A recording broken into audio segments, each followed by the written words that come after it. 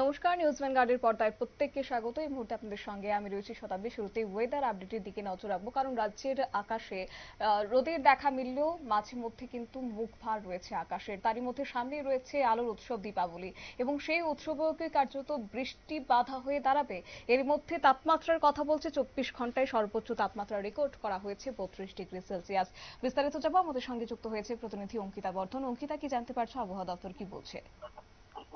দেখো, আমরা আজ থেকে দুদিন আগে বলেছিলাম যে শনিবার পর্যন্ত কিন্তু রাজ্যে বৃষ্টিপাত থাকবে, সেটা বিক্ষিপ্ত হোক বা হালকা হোক, কিন্তু সেই জায়গায় বৃষ্টিপাত কিন্তু শনিবার পর্যন্ত পিছু ছাড়বে না। তাই সেক্ষেত্রে আজ হচ্ছে শুক্রবার, এবং আজ কিন্তু আমরা দেখতে পাচ্ছি এই মুহূর্তেও মাঝারি বৃষ্টিপাত হচ্ছে এবং কোথাও বিক্ষিপ্ত বৃষ্টিপাত হচ্ছে। তবে জানা গেছে যে লঘুচাপে বর্ধিতাংশই বর্তমানে বিহার এবং পশ্চিমবঙ্গের হয়ে উত্তর বঙ্গোপসাগর পর্যন্ত বিস্তৃত রয়েছে। আর এই পরিস্থিতির মধ্যে মৌসুমী বায়ু কিন্তু ধীরে ধীরে সক্রিয়তা অনেকটাই হারাচ্ছে, অর্থাৎ কম সক্রিয়।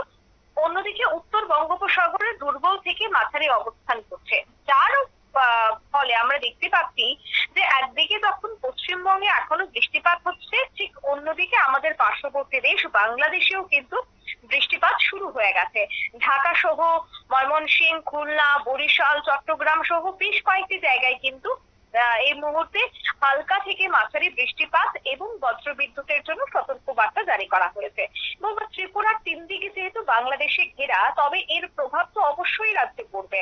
বিশেষ করে বজ্র বৃষ্টিপাত সহ দমকা হাওয়া, এই সমস্ত বিষয় কিন্তু দেখা যাবে। তবে জানা গেছে যে রাজ্যের ক্ষেত্রে কিন্তু এই মুহূর্তে কোনো ধরনের সতর্ক বার্তা থাকছে না।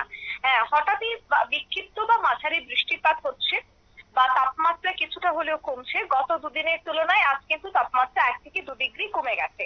তাই তাপমাত্রা যেহেতু কমে গেছে, সেক্ষেত্রে একেবারে যে দুর্যোগপূর্ণ আবহাওয়া তা কিন্তু একদমই নয়, স্বাভাবিক থাকবে তাপমাত্রা। অন্যদিকে বৃষ্টিপাত হলেও সেটা কিন্তু আর দীর্ঘস্থায়ী থাকছে না, কারণ মৌসুমী বায়ু বিদায় নিচ্ছে খুব দ্রুত, যার ফলে এই বৃষ্টির যে চ্যাপ্টার তাও কিন্তু ক্লোজ হতে চলেছে।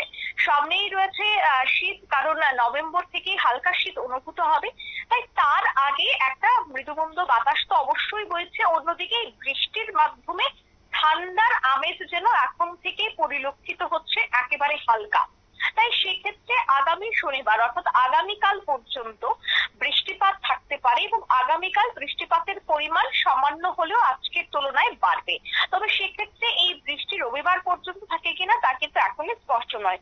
অন্যদিকে তুমি বলছিলে যে আলোর উৎসব দীপাবলি, একদমই ঠিক, আলোর উৎসব দীপাবলি খুব 20 তারিখেই রয়েছে। তাই এই দীপাবলির সময়ে বৃষ্টি থাকারও একটা সম্ভাবনা রয়েছে, কিন্তু সেটাও একেবারে স্পষ্ট নয়, সেটা আগামী কয়েকদিনের বুলেটিনে স্পষ্ট হবে।